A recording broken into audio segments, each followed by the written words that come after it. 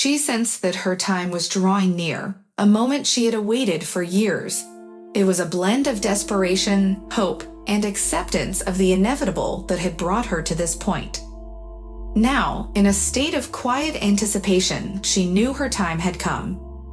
Gazing into the mirror, Marina took one last look at herself and found satisfaction. Lately, her beloved Michael had seemed distant and preoccupied. Something needed to be done to rouse him from his detachment. When they first started dating, it came as no surprise to anyone in the village. The pairing of the most beautiful girl and the most eligible bachelor was a match made in heaven. Marina was confident that as soon as she caught Michael's eye at the village disco, he would be hers. A single glance, a flutter of her eyelashes, and they became a couple. She expected Michael to propose to her by the end of the summer, but to her dismay, he began to pull away. "Yulka is the one," Marinka's friends whispered with conviction. "They are smitten with each other. Have you seen the way they gaze?" Marinka dismissed their claims with a wave of her hand. Anyone but Yulka, she thought, that unassuming girl with nothing but a thick braid as her only adornment. Her Michael wouldn't be captivated by someone like that. Marina strolled leisurely towards Michael, who eagerly awaited her arrival. Deep inside, she yearned to quicken her pace, but she resisted the urge, wanting him to witness her stunning appearance in the new dress and shoes, complemented by impeccable hair and makeup. Marina hoped that he would appreciate her efforts and treat her with the same attentiveness as before. However, as Marina drew closer to Michael, confusion clouded her thoughts. The anticipated gaze she longed for was absent. He awaited her, not to embrace her or offer compliments, but with impatience evident in his demeanor. "Marina, I need to talk to you," he began as soon as she reached him. Could it be that he wants to propose? Marina's hopeful thoughts whispered, and she replied, "I'm all ears." "Marian, I'm sorry, but I've fallen in love with someone else, and I can no longer deceive you." Michael's words showered Marina with icy disbelief. Her initial instinct urged her to scratch at his face with her beautifully manicured nails, but she held back, deciding to grant him the time to realize what he had lost. Marina feigned only mild surprise, concealing any hint of turmoil, and responded, "Well, you're a free man, free to pursue your desires." After a brief moment of silence, almost reluctantly, she inquired, "So, who is your newfound love?" "Yulia." Michael's response echoed in Marina's ears, and she couldn't help but let out a laughter right in his face. "Yes, you truly have peculiar notions about relationships." She scoffed proudly before turning on her heel and walking away. Marina couldn't fathom that any guy, let alone Michael, could fall for the unremarkable Yulia. Perhaps he was merely trying to provoke her with this move. But as the days turned into weeks, Michael remained absent. Moreover, he made no effort to conceal his affection for Julia, and whispers of an impending wedding began to circulate. Several times, Marina tried to capture his attention, adorning herself in her most alluring attire and employing all her charms. Yet, it was as if Michael couldn't see her, completely oblivious to her presence. And then, when Michael's mother arrived and proclaimed to the entire household, directing her words at Marina's brother, Ilya, the bitter truth became undeniable. "Ilya, your friend is getting married. What are you waiting for? Yesterday, Michael married Julia. The wedding is scheduled for next month." Marina couldn't bear it any longer. She refused to let some ordinary girl steal away a promising man from her grasp. "Why are you here?" "I have a boyfriend. He's marrying someone else," Marina confessed, her voice tinged with a hint of sadness. "So what? You'll find someone else," Marina's companion responded matter-of-factly. "But I want him," Marina insisted. "Why?" the person inquired, genuinely intrigued. "I love him," Marina declared with conviction. "Oh, do you?" they responded, skepticism lacing their words. "Will you help me or not?" Marina pleaded, her desperation evident.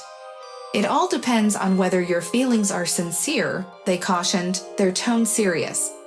What difference does it make? I want my boyfriend back, Marina exclaimed, frustration coloring her voice. It makes a significant difference.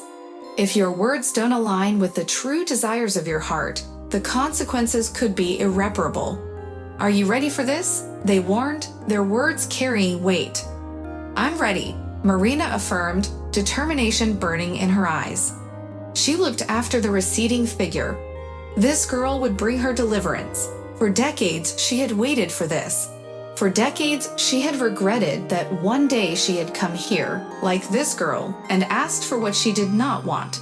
Sorcery is a terrible thing, especially for the greedy and insincere. Throughout the years, desperate souls sought her help, and each time she had warned them honestly about the potential consequences of their insincere desires. Yet it had always worked out thus far, and now she had to wait once again. Marinka cradled the prepared potion in her hand, given to her by the witch. Soon, very soon, Mikhail would return to her. She was prepared to do whatever it took, regardless of the cost. Despite the district's fear of the witch, the fact that she had resided in these ancient woods for ages and had the power to assist those who sought her out, albeit often at a steep price, filled Marinka with hope. I won't regret anything, Marina thought determinedly, as long as Mikhail is mine. She meticulously followed the witch's instructions, but days slipped by, and the day of Julia and Mikhail's wedding drew near without any results. Marina ceased eating and sleeping, her desperation mounting as she anxiously awaited her boyfriend's return.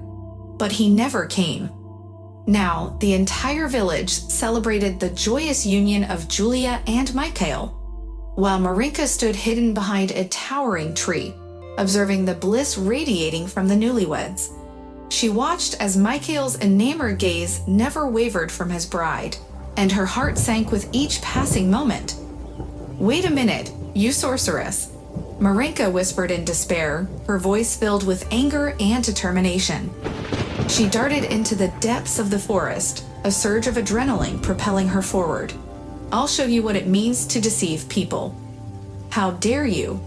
The girl screamed as she reached the old, weathered shack, its walls covered in moss. Are you mocking me? I'll teach you. Marinka seized the poker, her intention to hurl it at the witch, but to her astonishment, it slipped from her grasp, hovering threateningly above her head. Who was mocking you? You asked for your lover to return, and I granted your wish, the witch retorted, her voice resonating with an eerie calmness. The wind began to howl overhead, as if the shack had no roof. Suddenly, the witch appeared to grow younger before Marinka's eyes. But he never came back, Marinka exclaimed, her voice trembling with fear. Perhaps he was never truly yours, the rejuvenated witch responded, slowly advancing toward the girl. Maybe you sought only to amuse yourself, to prove your power over others, to entice anyone you desired. Filled with terror, Marinka instinctively retreated toward the door, seeking refuge. The wind intensified, howling with increasing intensity above her head, filling the air with an unsettling energy. I, too, once desired what my heart did not truly long for. And I paid the price. And now, so shall you. Marinka's voice trembled with a mixture of horror and determination. In a state of panic, Marina turned towards the door, desperately attempting to open it. However, she recoiled as if her touch had been scorched. To her disbelief, her hands had transformed into old, wrinkled appendages, adorned with grotesque black claws. Her eyes widened in terror as she surveyed her surroundings. Instead of her youthful and beautiful form, she had been cursed with the body of an ancient hag. Fear gripped her as she gazed upon the witch, who had now taken on her previous appearance. Do not fret, the witch, now in Marina's body, cackled with anger.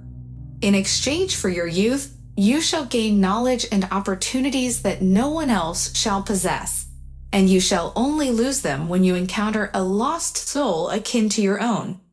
A bone-chilling laughter echoed against the walls as the wind forcefully swept Marinka into its frenzied dance.